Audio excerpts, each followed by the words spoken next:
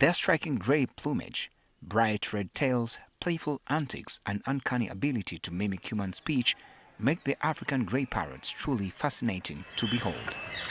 Loved around the world as pets, they are renowned for their intelligence and strong emotional bonds with humans.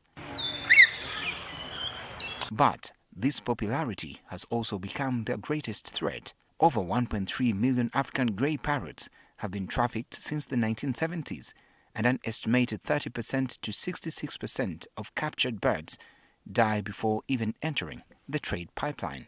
The biggest challenge that we are having with African Grey Parrots is trafficking. There is a lucrative market as pets in Asian countries, in Europe and elsewhere. So they are highly trafficked. They are bought by rich people as pets in homes. In May 2022, Ugandan authorities arrested a Congolese trafficker with a consignment of over 120 African Grey Parrots. These birds were rescued and taken to the Uganda Wildlife Conservation Education Center for rehabilitation and eventual release back into the wild. We have released them in Chibale, we have released them on Ngamba Island, and also other islands like Kome in Lake Victoria. We have added technology.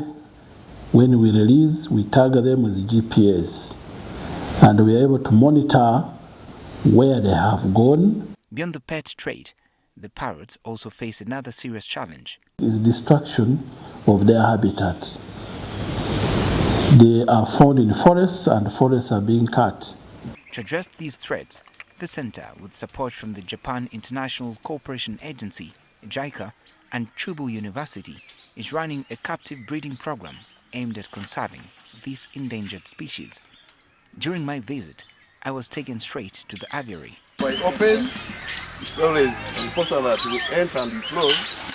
One of them is that we have a parrot conservation classroom where community members are supposed to come, gather in, and sensitize about parrot conservation.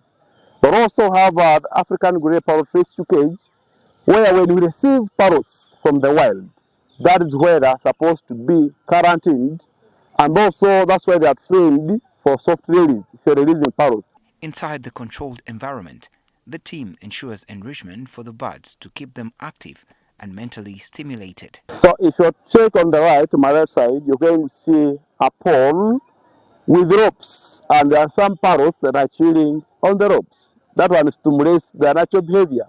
If you check just behind me, you will see that there is a tree. This tree is not natural, it is artificial. It was planted in purposely to stimulate the parrot's behaviors. You can see they live in social structure.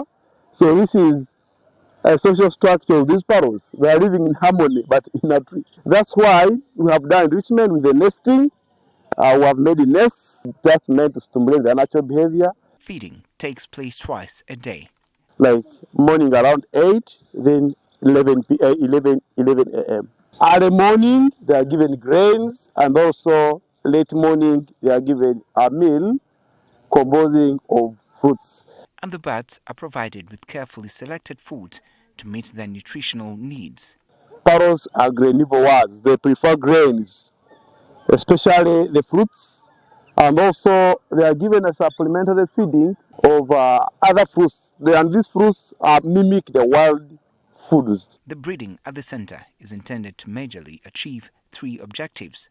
One is to have a viable population that in case there is extinction encountered, we can have a population to release back to the wild. Secondly, that the reason why we are putting much emphasis on breeding, we need to balance the genetic pool in the wild. 3 is to emphasize and improve on our research. This task is not without challenges. There is no data documented about breeding of parrots. You cannot refer to a literature.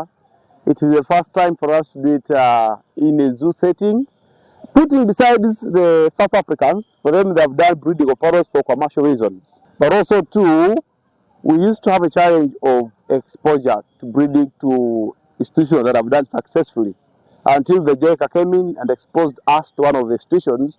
But also the conditions in captivity sometimes may not meet the dietary need of the parrots. The center shares its breeding strategy. We have had success, but at a minimum level, but we are having a robust program to see how we can breed massively.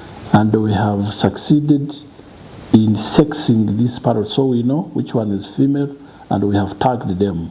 That's the beginning of breeding program. Breeding African grey parrots in captivity is not merely about producing more birds. It's about preserving intelligence, emotion, and connection between species with respect, guiding every step. I'm Benjamin Jumbe, NTV EcoTalk.